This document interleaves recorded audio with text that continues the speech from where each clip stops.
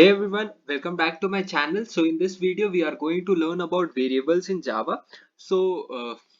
Going to the definition, we all know that variables are data containers that contain data values. So ये तो हो गई bookish language. हमें bookish language में सीखना नहीं, हमें तो जानना है कि भाई वेरिएबल्स होते क्या. सो वेरिएबल्स कुछ नहीं होते. वेरिएबल्स ऐसे आप बोल सकते हैं, वेरिएबल्स ऐसे कंटेनर्स होते हैं जिसके अंदर हम वैल्यू स्टोर कर सकते हैं. मान लीजिए आपने a इक्वल्स टू 10 लिखा कहीं पे. मैं इसे जरा कमेंट कर देता हूं. आपने a इक्वल्स टू 10 लिखा, तो इसका मतलब क्या हुआ कि आपकी मेमोरी में 10 जो डेटा वैल्यू है वो कहीं स्टोर होगा. तो मेमोरी में जब भी कोई चीज स्टोर होती है तो वो कोई एड्रेस में स्टोर होती है, ठीक है. तो जो चीज एड्रेस, अब वो एड्रेस कुछ भी हो सकता है, EF12D कुछ भी करके हो सकता है वो एड्रेस. आप वो एड्रेस डिफाइन नहीं कर सकते, आपको पता नहीं रहेगा वो एड्रेस क्या होता है. जावा में खास करके, सी और सी प्लस प्लस में आप फिर भी पॉइंटर्स का हेल्प से वो निकाल सकते हैं, लेकिन जावा का हेल्प से आप एड्रेस नहीं निकाल सकते. तो वो जो एड्रेस में आपको वैल्यू स्टोर करता है ना, उसे हम नाम देते हैं.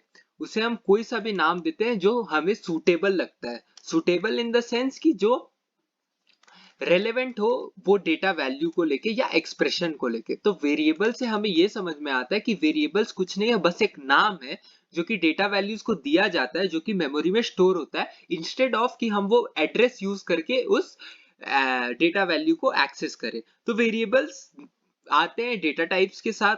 डेटा टाइप्स के बाद वेरिएबल्स का नाम लिखा जाता है और फिर उसके बाद डेटा वैल्यू या एक्सप्रेशन लिखा जाता है. तो इसका सिंटैक्स कुछ ऐसा हो सकता है.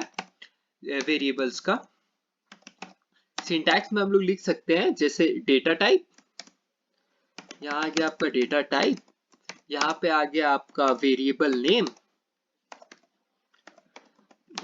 नेम और इक्वल्स टू आपका या डेटा वैल्यू या फिर आपका एक्सप्रेशन. तो ये क्या होता है ना, डेटा टाइप. अभी नेक्स्ट वीडियो में हम लोग डेटा टाइप के बारे में ही जानने चाहते हैं कि डेटा टाइप बहुत सारे टाइप्स के होते हैं. जैसे आपने अगर पुराने कोई प्रोग्रामिंग लैंग्वेजेस पढ़े होंगे तो आपको पता होगा कि डेटा टाइप बहुत टाइप्स के होते हैं, जैसे इंटीजर, फ्लोट, बूलियन, कैर, स्ट्रिंग. ये सब टाइप के डेटा टाइप्स होते हैं जिसमें आप अलग अलग डेटा स्टोर कर सकते हैं. डेटा टाइप्स के बारे में और डिटेल में हम लोग नेक्स्ट वीडियो में कवर करेंगे. अभी हम लोग वेरिएबल्स का ही बात कर लेते हैं. तो वेरिएबल्स जब भी हम लोग डिक्लेयर करते हैं, ये जब हम लोग डेटा टाइप, वेरिएबल नेम और डेटा वैल्यू और एक्सप्रेशन के साथ लिखते हैं, इसको हम लोग बोलते हैं declaration, variable declaration rather than variable declaration plus initialisation. ये ये जो भी होती है ना, वेरिएबल डिक्लेरेशन प्लस इनिशियलाइजेशन, ये पूरा सिंटैक्स होता है. अब मान लीजिए आपने केवल इतना सा सिंटैक्स लिखा, तो इसका मतलब होता है आपका केवल वेरिएबल डिक्लेरेशन. इसका मतलब होता है आपका केवल वेरिएबल डिक्लेरेशन. ये सिंटैक्स का मतलब होता है केवल वेरिएबल डिक्लेरेशन. और अगर इसके बाद आपने इस वेरिएबल में वैल्यू डाला है तो उसे बोलते हैं इनिशियलाइजेशन. आइए एक प्रोग्राम का हेल्प से इसे समझते हैं. सिंपल सा कोई प्रोग्राम. इसके बाद इसमें हम void main फंक्शन बनाएंगे.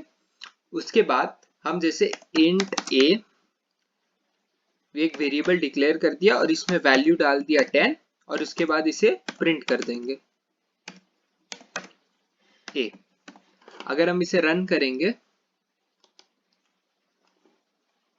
तो देखिए हमारा आउटपुट 10 आ रहा है. तो वेरिएबल्स से हमें ये समझ में आता है कि वेरिएबल्स कुछ भी नहीं है, एड्रेस का नाम देते हैं जहां हम डेटा वैल्यू स्टोर करते हैं. Thank you.